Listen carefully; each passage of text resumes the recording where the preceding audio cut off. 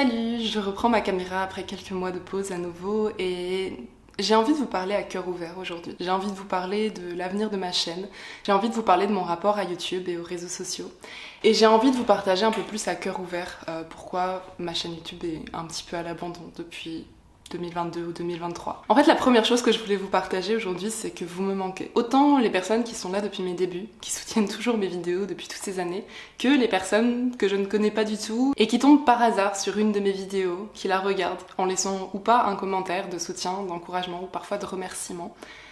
En fait, l'aventure YouTube me manque et les personnes que j'ai pu rencontrer grâce à YouTube, les personnes qui me soutiennent, voilà. YouTube me manque et vous me manquez. Parce qu'évidemment, YouTube sans vous, ça n'est rien. Et je pense que quand on regarde un petit peu le fil et l'évolution de ma chaîne YouTube depuis 2016, je pense que ça donne vraiment l'impression que j'ai eu un gros intérêt pour la création de contenu de 2016 à 2020, ou peut-être même 2022, et puis que petit à petit ça s'est essoufflé, comme si j'y avais perdu peu à peu goût, ou l'inspiration, ou le sens. Mais en fait, c'est pas du tout le cas. La vérité, c'est que j'ai jamais perdu ça, et que même si ça peut paraître très surprenant au vu de la fréquence de mes publications, je crois qu'il n'y a pas un jour de ma vie où je ne pense pas à la création de contenu et à l'avenir que j'ai envie de donner à cette chaîne, même si elle est plus ou moins en pause. Cette chaîne, elle a toujours été guidée par mes propres réflexions, par ma vie, par mes épreuves et mes succès. Et je pense que ce qui fait à la fois la plus grande force et aussi peut-être la plus grande faiblesse de ma chaîne, mais aussi de ma personne, c'est le fait que je suis quelqu'un de très introspectif. Je pense qu'il y a plusieurs types d'intelligence, comme l'intelligence sociale, l'intelligence logique, l'intelligence pratique, mais il y a aussi l'intelligence intrapersonnelle, l'intelligence introspective. Et moi, je pense que c'est une de mes plus grandes forces et que ça me permet en fait de creuser énormément dans mon vécu, dans ce que je vis, d'avoir une perception très sensible et très fine en fait de tout ce qui me traverse. Mais le problème, c'est que c'est vraiment un double tranchant, parce que d'un côté, c'est ce qui me permet de faire des vidéos aussi poussées sur mes expériences de vie, sur ce que je vis, sur mes réflexions, sur plein de choses. Mais le problème, c'est que souvent les personnes comme ça, on a tendance à être des gens qui sont beaucoup plus dans le mental que dans l'action. On est des gens qui ont tendance à être beaucoup plus dans notre bulle que dans la vraie vie, et à pas toujours vraiment vivre dans l'instant. Et bref, tout ça pour dire que je suis pas vraiment une personne très douée pour l'action et je passe ma vie à cogiter, je passe ma vie à réfléchir. Et du coup, paradoxalement, des idées de vidéos, j'en ai énormément. Et d'ailleurs, j'ai fait plein de vidéos cette année que j'ai jamais publiées parce que, à nouveau, le mental prend toute la place et l'action, c'est un peu plus compliqué. J'ai du mal à m'organiser, j'ai du mal à savoir où je veux aller, j'ai du mal à me projeter, mais je cogite tout le temps. Et je pense que quand j'étais plus jeune, j'étais peut-être plus spontanée. Quand j'ai commencé ma chaîne, j'avais beaucoup plus de temps libre, j'avais moins de soucis aussi, moins de galères, et c'était plus facile de juste tourner des vidéos sur ce qui me passait par la tête sans forcément me poser de questions.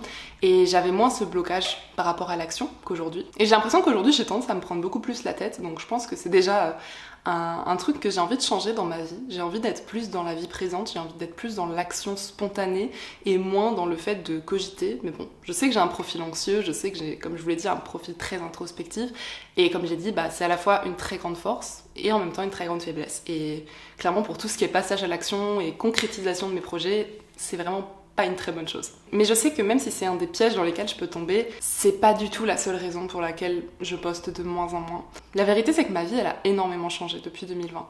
Et je sais que je vous l'ai déjà expliqué plein de fois, je sais que je vous ai parlé je ne sais combien de fois de mon burn-out que j'ai fait entre 2022 et 2023, que je vous ai parlé de mes maladies chroniques, de mon errance médicale, de tout ce que j'ai vécu sur le plan de la santé, que je vous ai parlé aussi de ma reprise d'études, de l'entrepreneuriat. Et déjà là-dedans, vous avez quasiment toutes les réponses. Ma vie est beaucoup plus chargée aujourd'hui qu'elle ne l'était quand j'ai commencé ma chaîne. En 2016, quand j'ai commencé ma chaîne, j'étais juste, entre guillemets, étudiante en lettres et je faisais du babysitting à mes heures perdues pour avoir un peu d'argent. Mais voilà, j'avais quelques heures de fac par semaine, j'étudiais un peu par-ci par-là, j'étais en bonne santé, ça joue énormément, en bonne santé mentale et physique, et j'avais du temps, j'avais plein de temps et faire du contenu, c'était vraiment... C'était fluide, c'était facile. Et maintenant, il y a tellement de choses qui ont changé. Ça a d'abord commencé, je dirais, quand je me suis lancée dans l'entrepreneuriat en 2021.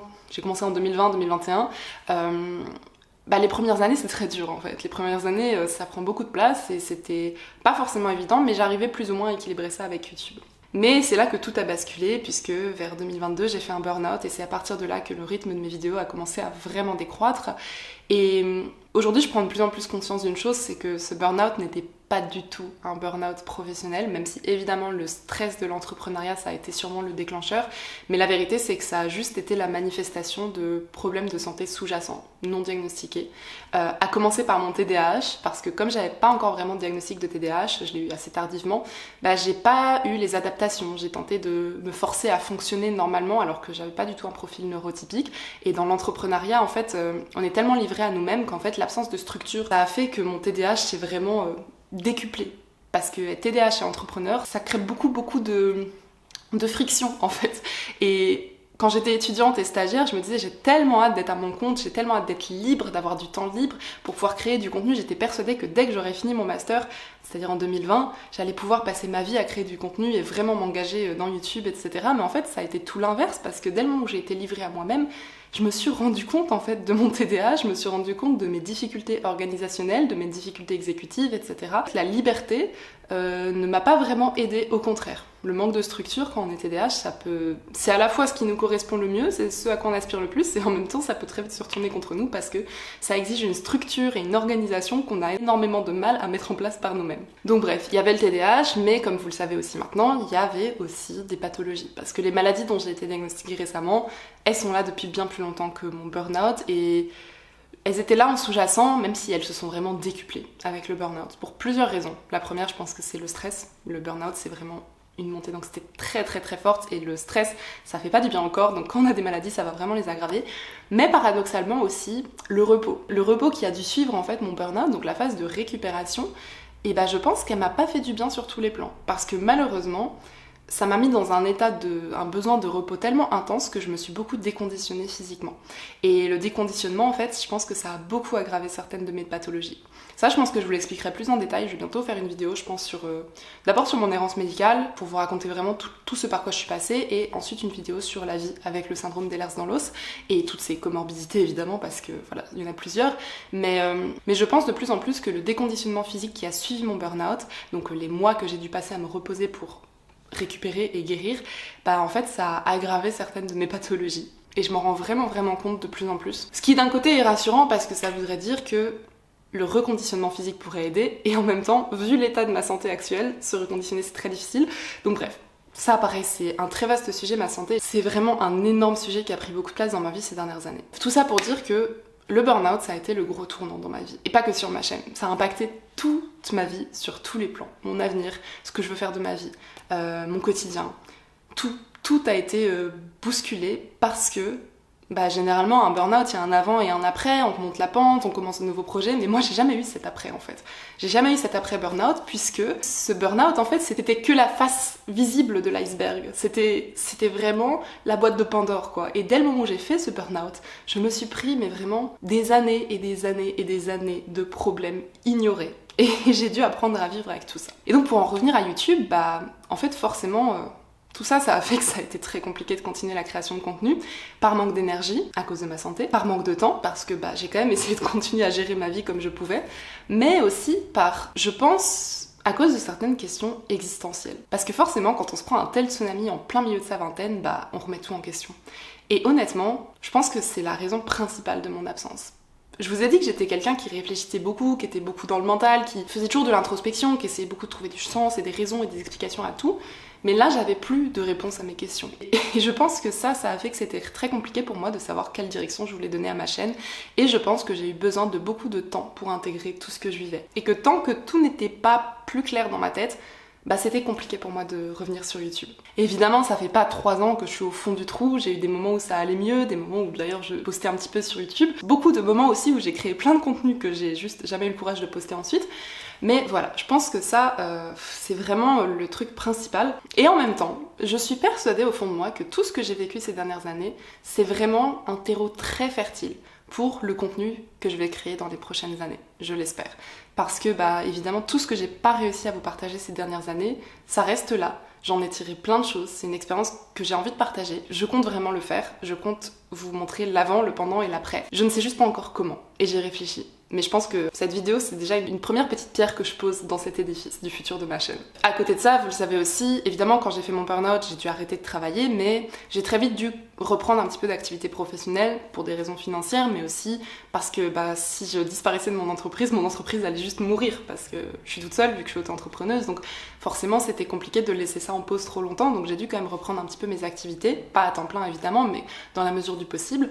Et puis vous le savez aussi, j'ai repris des études. Alors vous allez peut-être vous dire, mais pourquoi j'ai repris des études dans un contexte aussi difficile? Honnêtement, je pense que c'est une question totalement légitime. Je pense que la raison principale, c'est tout simplement le fait que, au milieu de toute cette crise existentielle que j'ai eue suite au burn-out, il y a eu beaucoup de choses qui ont été compliquées pour moi, dont notamment le manque de sens dans mon quotidien, le manque de stimulation intellectuelle, parce que le burn-out a été très long et ça m'a beaucoup épuisée nerveusement en fait de rien faire en fait, parce que je suis quelqu'un qui a besoin de beaucoup de stimulation intellectuelle et là mon corps me le permettait pas. Et en fait les études c'était un truc qui me manquait depuis plusieurs années et comme là j'étais obligée de lever le pied au niveau professionnel, j'ai trouvé pour moi l'occasion parfaite de reprendre des études. Donc évidemment je dis pas que les études c'est plus reposant que le travail, mais l'entrepreneuriat pour moi ça a été très challengeant et aussi très anxiogène. Je pense que je vous ferai aussi un bilan de mon expérience avec l'entrepreneuriat, mais ça a réveillé énormément de problèmes de troubles anxieux chez moi, de difficultés avec les gens, de people pleasing, de difficultés avec l'argent aussi. Enfin, l'entrepreneuriat ça a été une aventure très compliquée pour moi et je sais pas du tout ce que je vais en faire aujourd'hui, je suis encore très perdue par rapport à mon avenir professionnel. Mais en tout cas, je sais que les études, par rapport à ça, c'est plutôt une safe place parce que étudier, c'est vraiment ma zone de confort. Étudier, lire, apprendre, ça a toujours été un truc pour lequel j'ai des facilités et un truc que j'adore faire.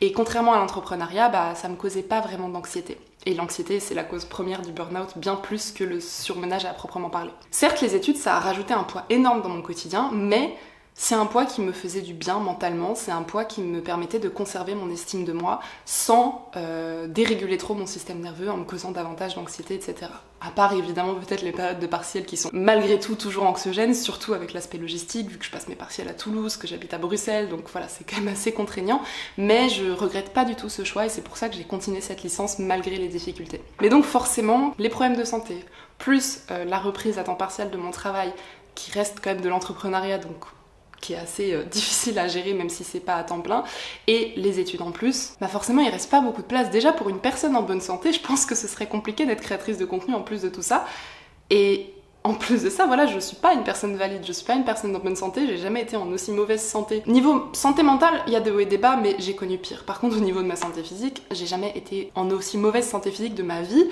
et pourtant, je fais beaucoup de choses et du coup, forcément, j'oscille très souvent encore un peu avec le surmenage et c'est un équilibre difficile à trouver. Donc, j'ai peut-être fait des choix qui étaient pas très judicieux et peut-être que j'aurais récupéré plus vite si j'avais pas voulu faire autant de choses ou si j'avais abandonné peut-être complètement mon activité pro, mais c'est compliqué parce que je peux pas... il faut bien gagner sa vie aussi, donc bref. Ma vie est devenue très chaotique ces dernières années, j'ai eu du mal à me trouver et j'ai eu du mal à trouver du temps pour créer du contenu, j'ai eu du mal à savoir aussi quelle direction je voulais donner à ma chaîne, parce que justement je navigue un peu dans le brouillard depuis quelques années. Et la vérité c'est que la plupart du temps, quand j'avais des moments où j'aurais pu faire des vidéos, où j'aurais pu monter les vidéos que j'ai tournées au printemps, en ce début d'année, etc., souvent j'avais besoin de repos. J'avais juste besoin de me reposer, de rester dans mon lit, de pas m'habiller, de pas sortir de chez moi. Et je sais que j'aurais pu concrètement trouver l'énergie, trouver la force de faire un peu plus souvent du contenu, mais j'ai priorisé ma santé parce qu'il y a un moment où sinon c'était à nouveau le burn-out assuré, c'est pas vraiment le but. Donc voilà, évidemment au milieu de tout ça, on est parfois obligé de faire des choix et j'ai dû prioriser sur mon choix d'études et sur ma vie professionnelle et du coup ça faisait que ce qui passait très souvent à la trappe en raison de mes limites d'énergie, c'était mes passions. Et mes passions, c'est la création de contenu, mais c'est aussi la création artistique, la lecture, etc. Et je pense que ça, c'est un truc qui me manque beaucoup. Autant YouTube que la peinture, que l'écriture, tout ça. Que j'ai vraiment envie d'avoir plus dans ma vie. Et je pense que c'est ce que je vais essayer de faire quand j'aurai fini ma licence, parce que je vais pas reprendre tout de suite des études. Peut-être que je continuerai plus tard. Peut-être que si un jour... Mettons si un jour j'arrivais à vivre de mes passions, comme l'art ou la création de contenu, peut-être que j'aurais plus besoin d'avoir mon activité entrepreneuriale à côté et que du coup ça libérerait de la place pour reprendre des études. Mais en tout cas j'ai bien compris que études plus création de contenu, art, etc., donc on va dire tout ce qui est créatif, plus l'entrepreneuriat que je fais actuellement, c'est-à-dire mon métier de web designer, photographe, etc., les trois, c'est pas possible. En tout cas, pas dans mon état de santé actuel, pas dans ces conditions, pas comme ça. Donc voilà, je sais qu'en 2026, j'arrive au bout de ma licence. Je sais que je vais pas reprendre des études immédiatement, je vais faire d'office au moins une année de pause et je verrai ensuite ce que je fais, mais ça va quand même enlever un gros morceau. Mais si je dois être complètement honnête avec vous, je peux pas me voiler la face et je dois quand même vous dire aussi que par rapport à la création de contenu et mon rapport à YouTube, aux réseaux sociaux, etc., j'ai eu aussi, au-delà de mes crises existentielles, j'ai eu aussi beaucoup de dissonance cognitive. Donc au-delà de ce problème de temps, ce manque d'énergie, etc., je sais qu'il y a aussi une partie de moi qui avait du mal à savoir qu'est-ce que j'ai vraiment envie d'apporter sur YouTube. Parce que je suis plus la même qu'en 2016, j'ai grandi, j'ai changé, j'ai peut-être plus la même naïveté fraîche et la même spontanéité, j'ai peut-être d'autres sujets, d'autres aspirations, mais au fond je suis restée la même, j'ai toujours des goûts très similaires, j'ai toujours un peu les mêmes passions, et surtout j'ai gardé les mêmes valeurs, donc évidemment il y a des choses qui ont changé parce que j'ai grandi, et tout le monde change entre son début de vingtaine et l'approche de la trentaine, c'est une période très transformatrice de la vie, mais c'est vrai que je trouve que c'est compliqué en fait d'évoluer. J'ai l'impression qu'il y a beaucoup de gens de ma génération, donc tous ceux qui ont entre 20 et 30 ans, qui sont un peu paumés dans leur vie, au niveau de leur identité, au niveau de ce qu'ils veulent faire, etc. Et je pense honnêtement que les réseaux sociaux, ils sont quand même pour beaucoup. Et ça me fait un peu... Bon, il n'y a pas que ça, évidemment, je pense que c'est aussi des crises existentielles qui sont liées à cette période de la vie, etc. Mais je sais qu'il y a aussi beaucoup de problèmes par rapport à Internet, par rapport à la surstimulation, par rapport au trop de liberté, trop de choix, trop de possibilités que nous offre finalement cet accès à la vie de tout le monde en permanence. Je pense que d'un côté, trop de choix tue le choix et qu'il y a beaucoup de gens qui sont un peu perdus. Et c'est qu'un tout petit morceau des problèmes des réseaux sociaux, mais il y a plein d'autres trucs qui vont pas avec Internet, avec les réseaux. Et pour moi, la chose principale, c'est pas tant qu'est-ce qu'on consomme comme contenu, c'est pas tant la comparaison, les machins, les trucs, enfin tout ce dont on parle déjà beaucoup. Pour moi, au-delà de ça, le problème fondamental, c'est surtout la quantité de ce qu'on consomme. Les réseaux sociaux sont très addictifs et je pense que c'est quelque chose de très très problématique dans nos vies parce que le cerveau est pas fait pour ça. Notre santé mentale est pas faite pour ça. C'est de la surstimulation permanente et en fait, je sens vraiment que les réseaux sociaux, ça a quelque chose de très négatif, peu importe la qualité du contenu qu'on consomme. Mais en même temps, le fait est que les gens consomment du contenu, et du coup, je me dis, quitte à être sur les réseaux sociaux, autant apporter du contenu de qualité. Si on peut pas consommer moins de contenu, autant consommer mieux.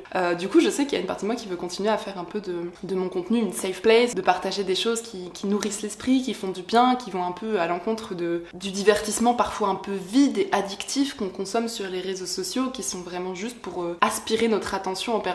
Donc je sais d'un côté ça a du sens et en même temps mon rapport d'amour-haine aux réseaux sociaux, parce qu'il y a aussi plein de positifs évidemment, ça m'a apporté plein de belles choses autant en tant que personne qui consomme du contenu que de personne qui en produit, donc il y a plein de positifs, mais c'est vrai que j'ai un peu ce rapport très ambigu. Il y a un truc un petit peu compliqué, il y a une dissonance cognitive par rapport à ça, et c'est compliqué d'être créatrice de contenu quand on est consciente des ravages en fait des réseaux sociaux, et il y a une partie de moi des fois qui se dit que j'aimerais juste disparaître complètement et me protéger en fait des réseaux et de leur impact sur le cerveau, autant au niveau neurologique qu'au niveau psychologique, mais la vérité c'est que je peux pas parce que j'adore créer du contenu, et il faut aussi savoir que je suis une personne très solitaire, je vois pas beaucoup de monde, parfois je peux passer vraiment 10 jours d'affilée sans mettre un pied dehors, et ça me va très bien, je suis vraiment quelqu'un de solitaire, et j'ai très peu de batterie sociale, et d'un côté les réseaux sociaux ça me permet aussi de garder un contact avec le monde extérieur, donc pour ça c'est chouette. Et bien sûr il y a tout le sens profond en fait que peut avoir la création de contenu pour moi, parce que ça a toujours donné du sens aux épreuves de la vie, ça a toujours donné du sens à ce que je vivais, ça m'a toujours nourri intérieurement, et aussi ça aide les autres. Moi ce qui me plaît le plus dans YouTube, c'est quand les gens me disent que je les ai aidés à se sentir moins seuls, à se reconnaître, à se comprendre, peu importe, mais en tout cas quand j'ai l'impression que j'apporte du positif dans la vie des gens, ça me rend heureuse, et ce bonheur là je le trouve pas forcément dans ma vie professionnelle, parce que en tant que prestatrice de service, c'est pas du tout la même dynamique, les gens payent, et ils payent cher pour avoir un site web ou ce genre de trucs, et parfois c'est des gens qui n'ont pas beaucoup de moyens, et du coup pour eux c'est juste un investissement qu'ils font à contre-cœur, et il y a des gens qui sont très reconnaissants dans mon métier, mais en fait c'est ce qui me fait le plus souffrir dans mon activité de prestatrice de service, c'est le fait que parfois il n'y a pas beaucoup de reconnaissance, pas beaucoup de valorisation en fait, et ça peut être un petit peu pesant, donc parfois il y en a et ça me fait du bien, mais ça reste quand même relativement rare. Et à l'inverse, YouTube ça me rapporte pas du tout d'argent, mais ça me rend tellement heureuse et ça me donne tellement du sens à ma vie, déjà parce que comme je dis ça me fait du bien, il y a une énorme valorisation en fait dans le fait de me dire que je peux aider d'autres vies même si c'est infime, et en même temps ça m'aide aussi personnellement énormément, parce que tout simplement comme je vous le dis, ça m'a toujours aidé à donner du sens aux épreuves que je vivais, parce que j'arrive à les transformer en quelque chose de positif, en utilisant mon expérience pour aider d'autres personnes.